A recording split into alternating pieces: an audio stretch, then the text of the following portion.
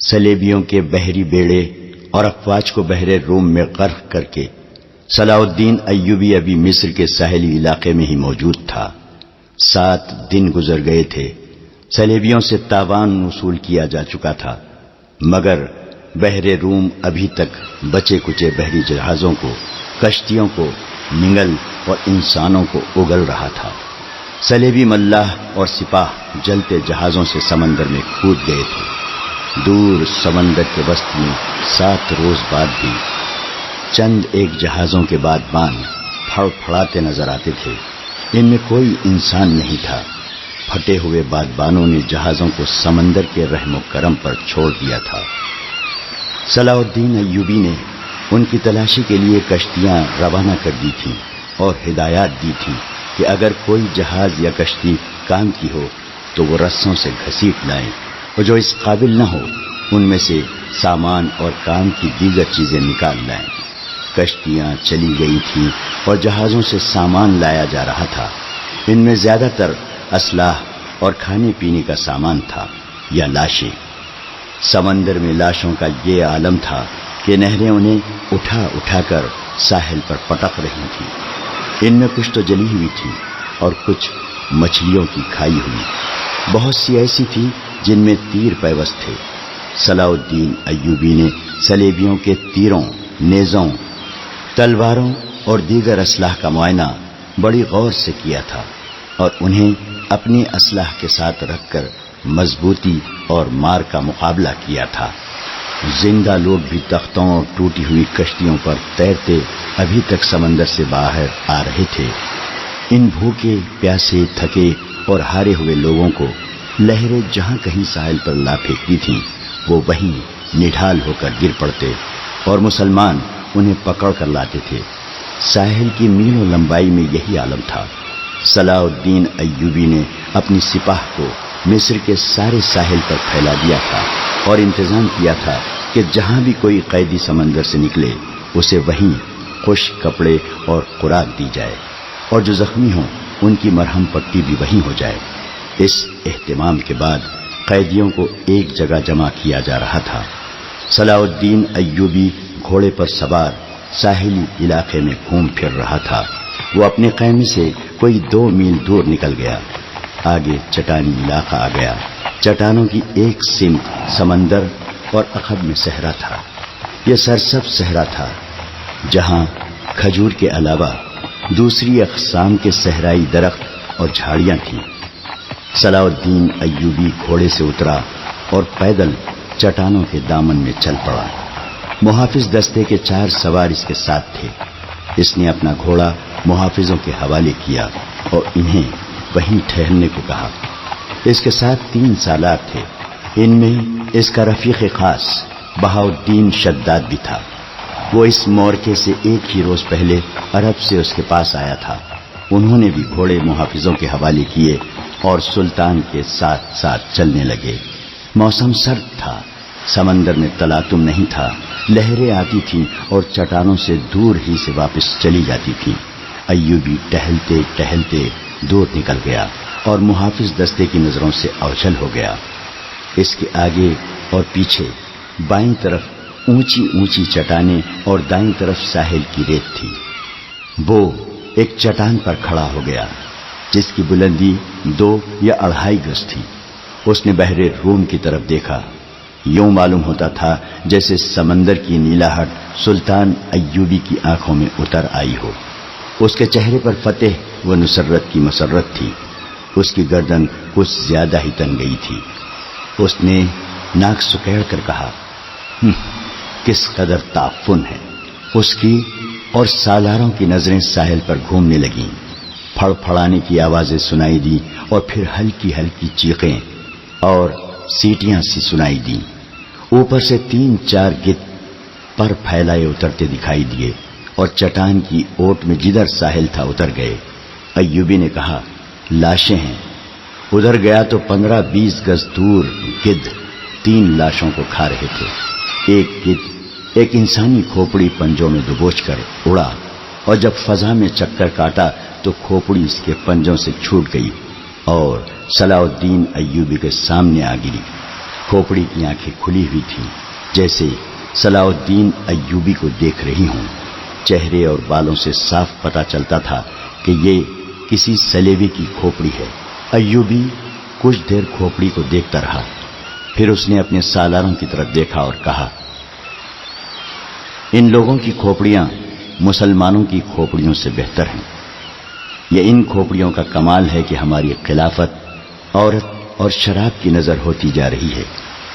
سلیبی چوہوں کی طرح سلطنت اسلامیہ کو ہڑپ کرتے چلے جا رہے ہیں۔ ایک سالار نے کہا، اور ہمارے بادشاہ انہیں جزیہ دے رہے ہیں۔ شداد نے کہا، فلسطین پر سلیبی قابض ہیں۔ سلطان، کیا ہم امید رکھ سکتے ہیں کہ ہم فلسطین سے انہیں نکال سکیں گے؟ خدا کی ذات سے مایوس نہ ہو شداد، صلاح الدین نے کہا، ہم اپنے بھائیوں کی ذات سے مایوس ہو چکے ہیں۔ ایک اور سالار بولا، تم ٹھیک کہتے ہو۔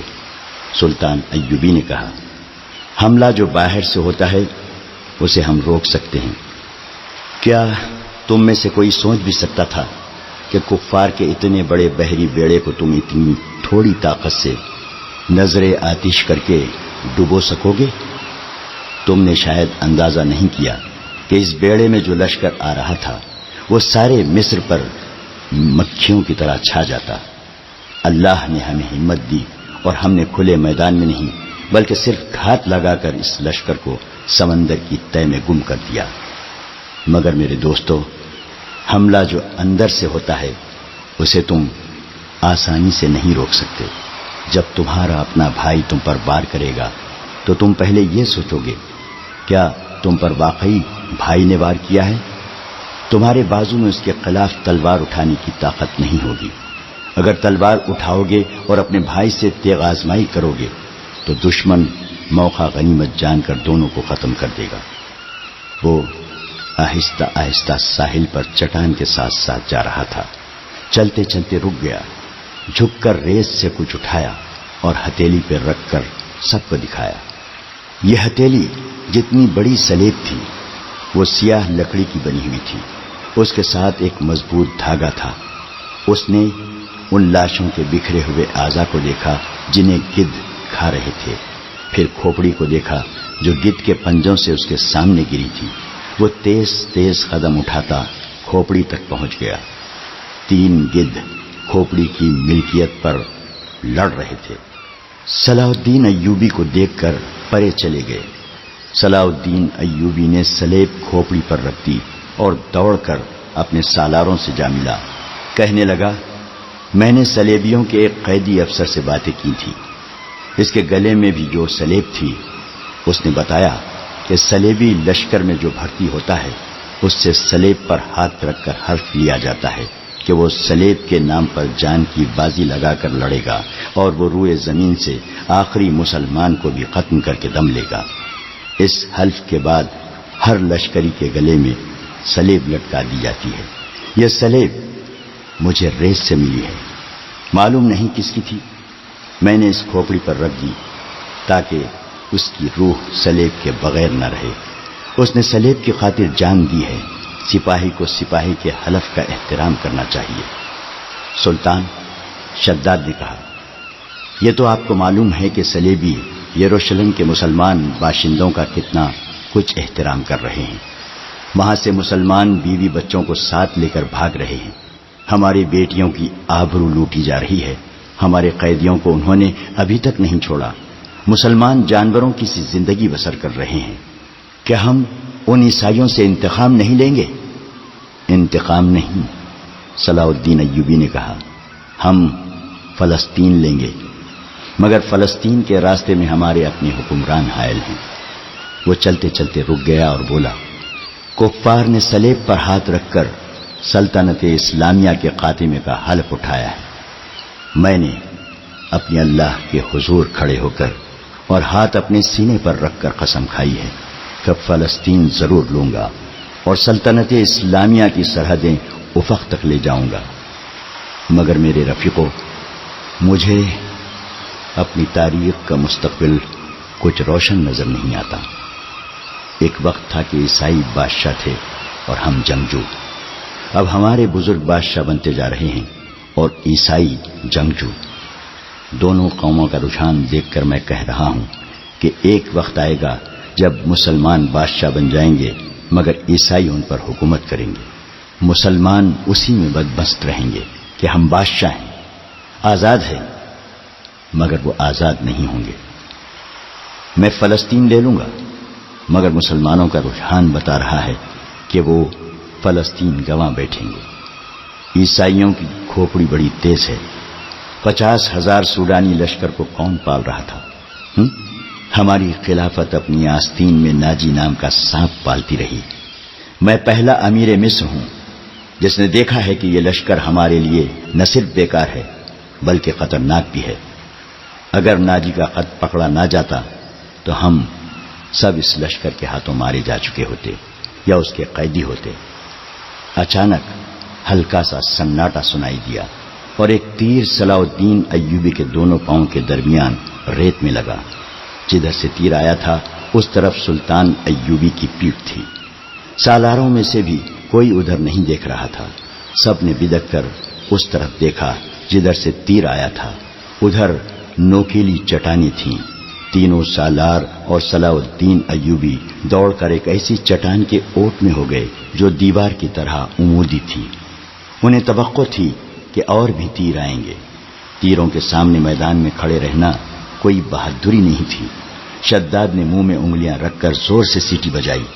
محافظ دستہ تیار ہو چکا تھا۔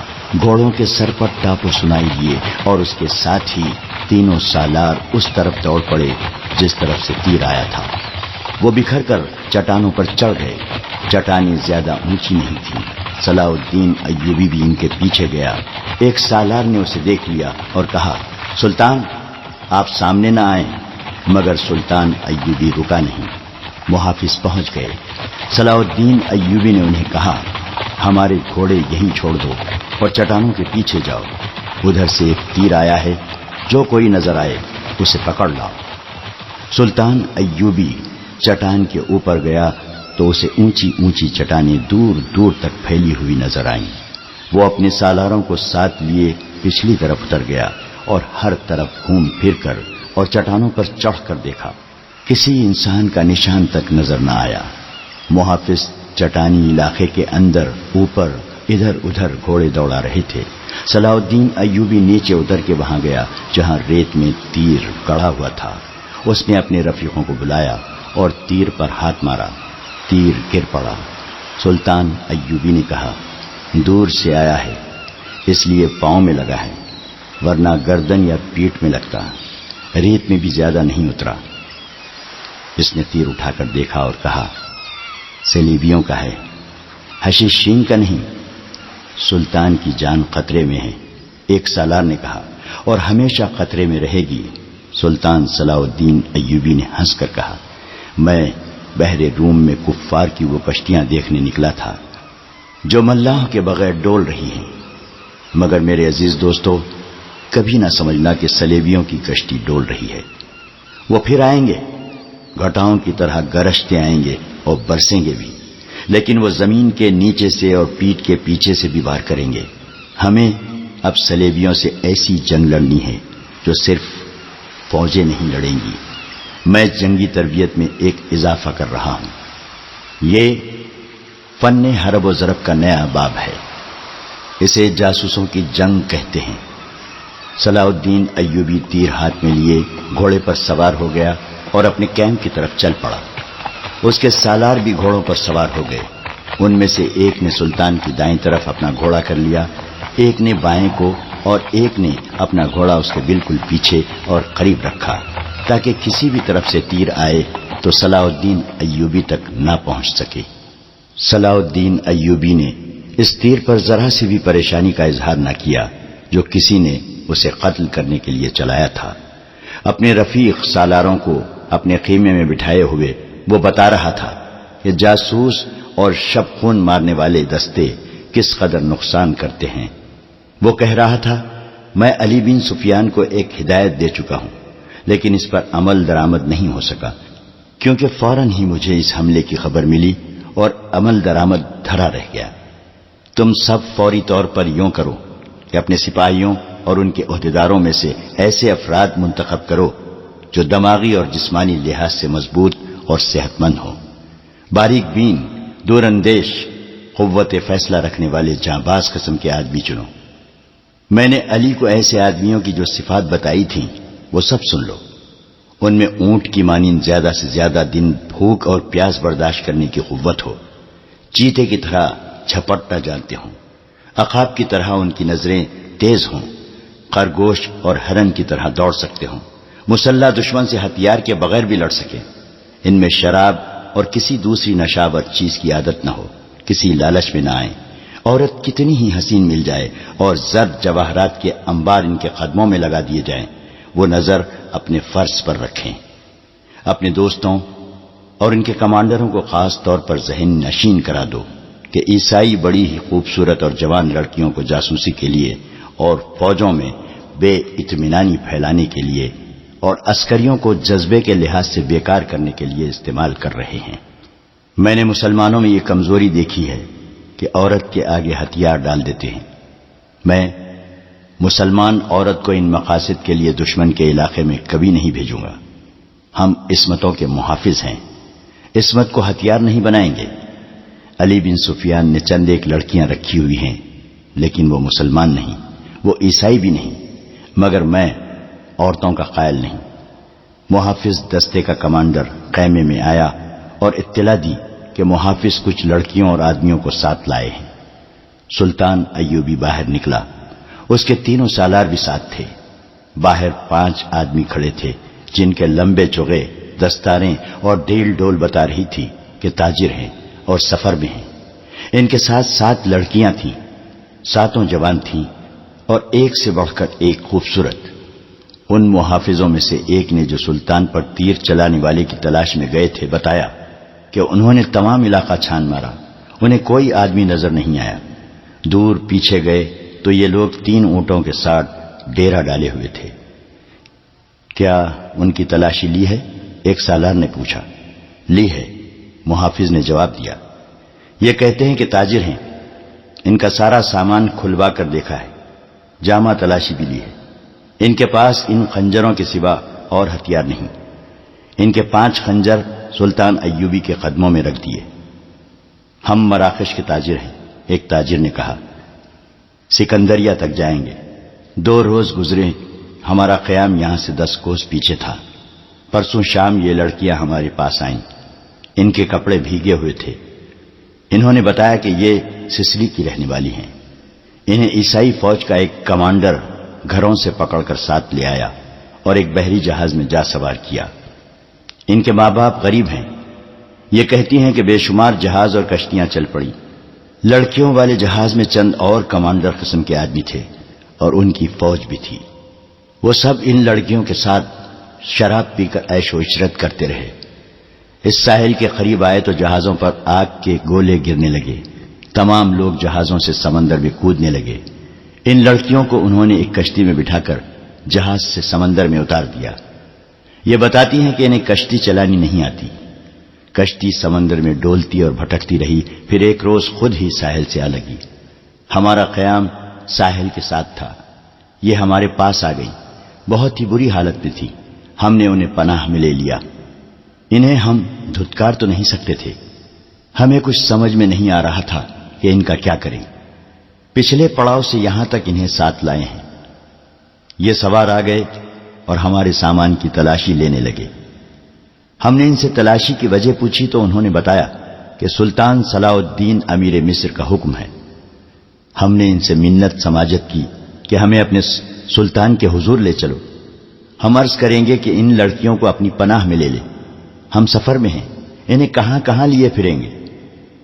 لڑکیوں سے پوچھا تو وہ سسلی کی زبان بول رہی تھیں، وہ ڈری ڈری سی لگتی تھی۔ ان میں سے 2-3 اکٹھی ہی بولنے لگیں۔ صلاح الدین ایوبی نے تاجروں سے پوچھا کہ ان کی زبان کون سمجھتا ہے؟ ایک نے بتایا کہ صرف میں سمجھتا ہوں۔ یہ التجا کر رہی ہیں کہ سلطان انہیں پناہ میں لے لے، کہتی ہیں کہ ہم تاجروں کے قافلے کے ساتھ نہیں جائیں گی، کہیں ایسا نہ ہو کہ راستے میں ڈاکو ہمیں اٹھا کر لے جائیں۔ ادھر جنگ بھی ہو رہی ہے، ہر طرف عیسائیوں اور مسلمانوں کے سپاہی بھاگتے دوڑتے پھر رہے ہیں. ہمیں سپاہیوں سے بہت ڈر لگتا ہے. ہمیں جب گھروں سے اٹھایا گیا تھا تو ہم سب کنواری تھیں. ان فوجیوں نے بحری جہاز میں ہمیں طوائفیں بنائے رکھا تھا. ایک لڑکی نے کچھ کہا تو اس کی زبان جاننے والے تاجر نے سلطان ایوبی سے کہا، یہ کہتی ہے کہ ہمیں مسلمانوں کے بادشاہ تک پہنچا دو، ہو سکتا ہے اس کے دل میں رحم آ جائے. ایک اور لڑکی بول پڑی. اس کی آواز رندھائی ہوئی تھی. تاجر نے کہا، یہ کہتی ہے ہمیں عیسائی سپاہیوں کے حوالے نہ کیا جائے. میں مسلمان ہو جاؤں گی بشرطے کہ کوئی اچھی حیثیت والا مسلمان میرے ساتھ شادی کر لے. 2-3 لڑکیاں پیچھے کھڑی منہ چھپانے کی کوشش کر رہی تھیں. ان کے چہروں پر گھبراہٹ تھی.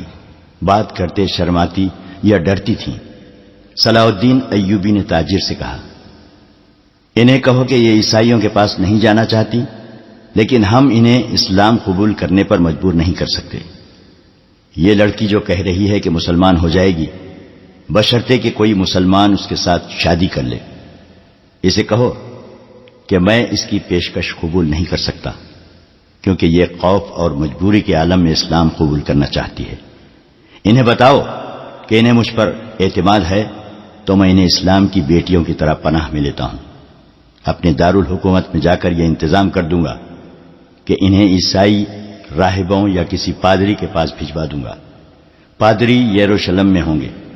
دوسری صورت یہ ہے کہ جب عیسائی قیدیوں کو آزاد کیا جائے گا تو میں کوشش کروں گا کہ ان کی شادیاں قابل اعتماد اور اچھی حیثیت کے قیدیوں کے ساتھ کرا دوں. اور انہیں یہ بھی بتا دو کہ کسی مسلمان کو ان سے ملنے کی اجازت نہیں ہوگی اور نہ انہیں اجازت ہوگی کہ کسی مسلمان سے ملیں. ان کی ضروریات اور عزت کا خیال رکھا جائے گا.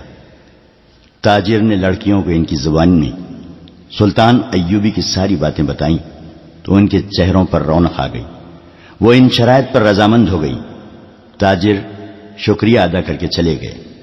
سلطان صلاح الدین ایوبی نے لڑکیوں کے لیے الگ خیمہ لگانے اور خیمے کے باہر ہر وقت ایک سنتری موجود رہنے کا حکم دیا.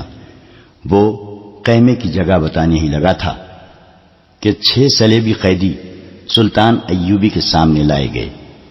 وہ بہت ہی بری حالت میں تھے. ان کے کپڑے بھیگے ہوئے تھے، کپڑوں پر خون بھی تھا، ریت بھی. ان کے چہرے لاشوں کی مانند تھے. ان کے متعلق بتایا گیا کہ 1.5-2 میل دور ساحل پر بے سود پڑے تھے. وہ ٹوٹی ہوئی کشتی پر تیر رہے تھے. ایک دن کشتی پانی بھر جانے سے ڈوب گئی. یہ سب تیر کر ساحل تک پہنچے. کشتی میں 22 آدمی سوار تھے. صرف یہ 6 زندہ بچے ہیں. ان سے چلا نہیں جاتا تھا. یہ صلیبی لشکر کے سپاہی تھے. یہ سب دھڑام سے بیٹھ گئے. ان میں سے ایک چہرے مہرے سے لگتا تھا کہ معمولی سپاہی نہیں ہے. وہ کراہ رہا تھا. اس کے کپڑوں پر خون کا ایک دھبا بھی نہ تھا، مگر زخمیوں سے زیادہ تکلیف میں معلوم ہوتا تھا. اس نے 7 لڑکیوں کو غور سے دیکھا، پھر کراہنے لگا. یہ سلطان صلاح الدین ایوبی کا حکم تھا کہ ہر ایک قیدی اسے دکھایا جائے. چونکہ قیدی ابھی تک سمندر سے بچ بچ کر نکل رہے تھے، اس لیے ہر ایک قیدی سلطان ایوبی کے سامنے لایا جاتا تھا. اس نے ان قیدیوں کو بھی دیکھا. کسی سے کوئی بات نہ کی، البتہ اس قیدی کو جو سب سے زیادہ کراہ رہا تھا اور جس کے جسم پر کوئی زخم نہ تھا، سلطان نے غور سے دیکھا اور آہستہ سے اپنے سالاروں سے کہا، علی بن سفیان ابھی تک نہیں آیا؟ ان تمام قیدیوں سے جو اب تک ہمارے پاس آ چکے ہیں بہت کچھ پوچھنا ہے، ان سے معلومات لینی ہے. اس نے اس قیدی کی طرف دیکھ کر کہا، یہ آدمی کمانڈر معلوم ہوتا ہے. اسے نظر میں رکھنا اور جب علی بن سفیان آئے تو اسے کہنا کہ اس سے تفصیلی پوچھ تاچھ کرے. معلوم ہوتا ہے کہ اندر کی چوٹیں آئی ہیں، شاید پسلیاں ٹوٹی ہوئی ہیں. انہیں فوراً زخمی قیدیوں کے خیموں میں پہنچا دو. انہیں کھلاؤ پلاؤ اور ان کی مرہم پٹی کرو. قیدیوں کو اس طرف لے جایا گیا جس طرف زخمی قیدیوں کے خیمے تھے. لڑکیاں انہیں جاتا دیکھتی رہیں. پھر ان لڑکیوں کو بھی لے گئے. فوج کے خیموں سے تھوڑی دور لڑکیوں کے لیے خیمہ نصب کیا جا رہا تھا. وہاں سے کوئی 100 قدم دور زخمی قیدیوں کے خیمے تھے، وہاں بھی ایک خیمہ گاڑا جا رہا تھا اور 6 نئے زخمی قیدی زمین پر لیٹے ہوئے تھے۔ لڑکیاں ان کی طرف دیکھ رہی تھیں۔ دونوں خیمے کھڑے ہو گئے۔ لڑکیاں اپنے خیمے میں چلی گئیں اور زخمیوں کو ان کے اپنے خیمے میں لے گئے۔ ایک سنتری لڑکیوں کے خیمے کے باہر کھڑا ہو گیا۔ لڑکیوں کے لیے کھانا آ گیا جو انہوں نے کھا لیا۔ پھر ایک لڑکی خیمے سے باہر نکل کر اس خیمے کی طرف دیکھنے لگی جس میں نئے 6 زخمی قیدیوں کو لے گئے تھے۔ اس کے چہرے پر اب گھبراہٹ اور خوف کا کوئی تاثر نہیں تھا۔ سنتری نے اسے دیکھا اور اس نے سنتری کو دیکھا۔ لڑکی نے مسکرا کر اشارہ کیا کہ وہ زخمیوں کے خیمے کی طرف جانا چاہتی ہے۔ سنتری نے سر ہلا کر اسے روک دیا۔ لڑکیوں کو خیمے سے دور جانے یا کسی سے ملنے کی اجازت نہیں تھی۔ لڑکیوں اور 6 زخمیوں کے خیموں کے درمیان بہت سے درخت تھے۔ بائیں طرف مٹی کا ایک ٹیلہ تھا جس پر جھاڑیاں تھیں۔ سورج غروب ہو گیا، پھر رات تاریک ہونے لگی۔ کیمپ کے غول غپاٹے پر نیند غالب آنے لگی اور پھر زخمیوں کے کراہنے کی آوازیں رات کے سکوت میں کچھ زیادہ ہی صاف سنائی دینے لگیں۔ دور پرے بحیرے روم کا شور دبی دبی مسلسل گونج کی طرح سنائی دے رہا تھا۔ صلاح الدین ایوبی کے اس جنگی کیمپ میں جاگنے والوں میں چند ایک سنتری تھے یا وہ زخمی قیدی جنہیں زخم سونے نہیں دیتے تھے، یا صلاح الدین ایوبی کے خیمے کے اندر دن کا سما تھا۔ وہاں کسی کو نیند نہیں آئی تھی۔ سلطان ایوبی کے 3 سالار اس کے پاس بیٹھے تھے اور ہر محافظ دستہ بیدار تھا۔ سلطان ایوبی نے ایک بار پھر کہا، علی بن سفیان ابھی تک نہیں آیا؟ اس کے لہجے میں تشویش تھی۔ اس نے کہا، اس کا قاصد بھی نہیں آیا۔ اگر کوئی گڑبڑ ہوتی تو اطلاع آ چکی ہوتی، ایک سالار نے کہا۔